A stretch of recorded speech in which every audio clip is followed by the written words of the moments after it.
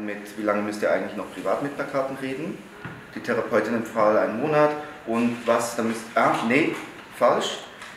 Die Therapeutin empfahl einen Monat, nach dem streichen wir und Kühne geht dann direkt rein mit, wie ging das Sprüchlein eurer Therapeutin nochmal?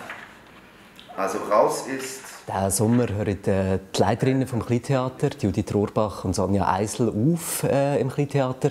Und sie sind auf Vetter Vetter zugekommen mit der Bitte, dass wir noch eine letzte grosse Kiste machen für sie. Und das war natürlich eine riesige Ehre für uns. Und da haben wir gefunden, machen wir auch etwas Spezielles. Wir haben aber gemerkt, als sie mit dieser Anfrage auf uns zugekommen sind, dass wir nicht die Einzigen sind, die ihnen so viel zu verdanken haben und die ihnen gerne etwas zurückgeben möchten. Und darum haben wir die Supergroup von der freien Theaterszene gegründet. Vielleicht sollte ich was tun. Aber was soll ich tun? Tun? Sollen? Nur ein paar Handgriffe und ich verstehe mein Tun wollen. Ach komm, Scheiße! Wieso Hamlet? Wir haben noch nie einen Shakespeare gemacht. Wir haben schon lange mal so ein grosses Drama machen. Und wir machen aus dem eine ganz eigene Produktion. Wir haben eigentlich 80% vom Stück dann wieder selber überschrieben. Und denken, das ist universell. Dass man plötzlich von einem Tag auf den anderen den Job verlieren kann oder die Familie auseinanderbrechen kann oder vielleicht sogar alles gleichzeitig. Aber was macht man, wenn kein Schnellantritt möglich ist? Was macht man, wenn man noch nicht mehr 30 ist und die scheiß Regie zwar 5 Folgeproduktionen einplant, aber einen Bauvertrag noch mal nicht anfragt? Was macht man dann, liebes Raff? Weißt du, was ich mir vorstelle, wenn ich diese Formulare vor mir habe?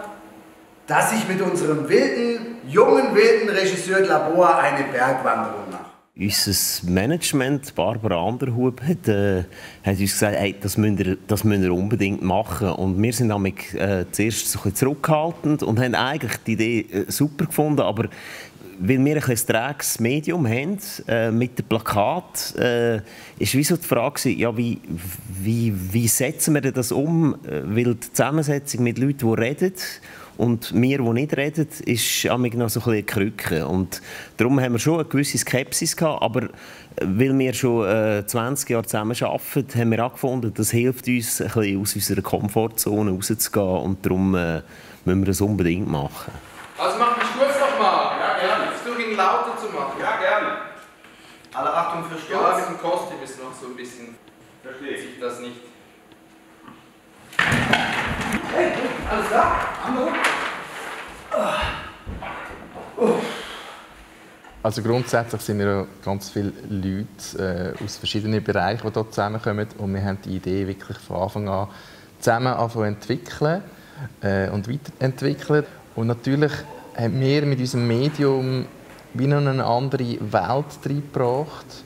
Eine andere Vorgehensweise, auch beim Arbeiten, weil bei uns eben alles vorgedruckt ist. Funktionieren wir ganz anders als ein Schauspieler mit Text oder eine Tänzerin. Oh, wehe, der Gedanke ist, sag Kühne nicht, sag wehe, du sagst ihm was. Und in dem Moment kommt er halt rein. Und das ist eine Situation auch für Manu. Ja, es ist natürlich ein absolut grössenwahnsinniges Projekt mit all diesen Menschen, mit dem Stoff. Aber ich bereue keine Sekunde die Entscheidung, dass das genau so zusammengekommen ist. Da braucht es eine Form von Timing, weil wenn du da hochguckst und dich da... Das Publikum kann sich auf einen wahnsinnig lustigen Abend freuen, der aber auch wahnsinnig tragisch ist und uns alle betrifft und uns alle wir können abholen. Unter uns der Gletscher. Dann stoße ich ihn. So, schnell wie eine Mischung aus Kobra und Dampframme. Da fliegt er, der Labor, rudert mit den Armen, um irgendwo Halt zu finden. Gesicht, Rücken nach unten, das entgeisterte Gesicht mir zugewandt. Gehrig, ruft er. Gehrig! Aber es hat sich ausgegehrig, Labor. Ruft er inzwischen, verhallend. Weit unten schlägt er auf einer Felsnase.